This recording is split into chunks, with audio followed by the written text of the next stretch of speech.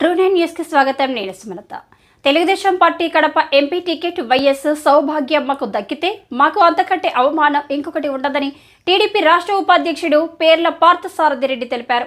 కడప నగరంలోని YSR memorial press club ఏర్పాటు చేసిన విలేకరుల సమావేశంలో ఆయన మాట్లాడుతూ గత 30 సంవత్సరాలుగా రాజశేఖర్ రెడ్డి కుటుంబంపై విరామం లేని పోరాటం సాగించడం జరిగిందన్నారు.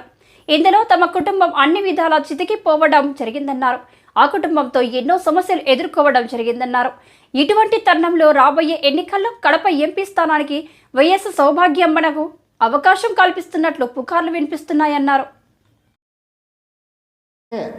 మా తండ్రి వంటి వాడైనటువంటి జాతీయ అధ్యక్షులు చంద్రబాబు నాయుడు గారు టికెట్ల కేటాయింపులో బిజీగా ఉన్నాడు కాబట్టి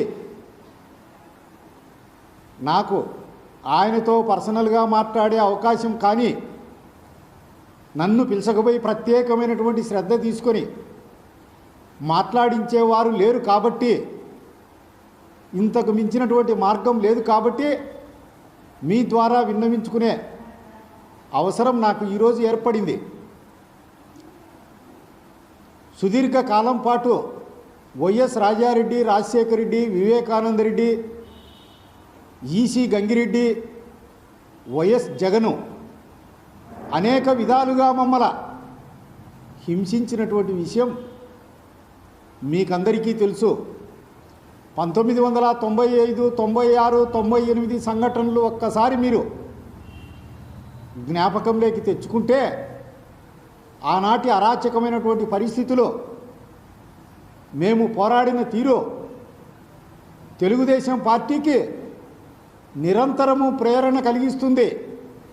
ఏ కుటుంబం చేతనైతే మేము అనేక బాధలు కష్టాలు పడ్డామో ఆ కుటుంబంలోని వ్యక్తే ఈరోజు పార్టీ అభ్యర్థిగా వస్తుందని పుకారు వస్తూ ఉంది. ఇటువంటి విపత్కర పరిస్థితుల్లో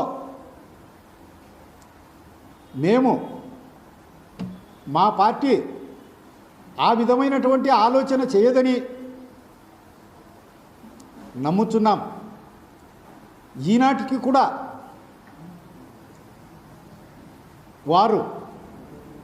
వారి కుటుంబంతో పడినటువంటి బాధలను కష్టాలను తెలుగుదేశం పార్టీ వారు పడ్డారు. వారు ఆ కష్టాలు కడగండ్లకు గురయ్యారు కాబట్టి వివేకానంద రెడ్డి కుటుంబ సభ్యులు ఒక్కసారి కూడా మా కుటుంబం వల్ల తెలుగుదేశం పార్టీ కార్యకర్తలు అనేక కష్టాలు కడగండ్లు పడ్డారు, మేము అందుకు విచారిస్తున్నాము అని చెప్పి ఒక్కసారి కూడా చెప్పలే. మా జాతీయ అధ్యక్షుడు 53 రోజులు తాను నిర్మించినటువంటి మహేంద్రవరం జైలులో అక్రమంగా నిర్బంధించినప్పుడు కూడా ఆ విషయాన్ని వారు ఖండించినటువంటి పాపాన పోలే. మమ్మల్ని అనేక బాధలకు గురి చేసినటువంటి వారిని మేము అభ్యర్థిగా ఏ విధంగా ఒప్పుకుంటాం? కనీసం ఆ విషయాన్ని అధిష్టాన వర్గం పరిశీలించాలని,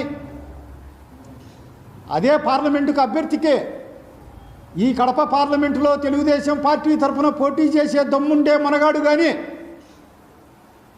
శరీరంలో సీము రక్తం ఉండేవాడు కానీ లేకుండా ఉంటే ఆ కుటుంబం పైన తొడగొట్టి సవాలు చేసేటందుకు వైఎస్ కుటుంబం పైన పోరాడినటువంటి పోరాట యోధుడుగా నేనున్నాను. ఈరోజు నేను మీ ద్వారా తెలుగుదేశం పార్టీ కడప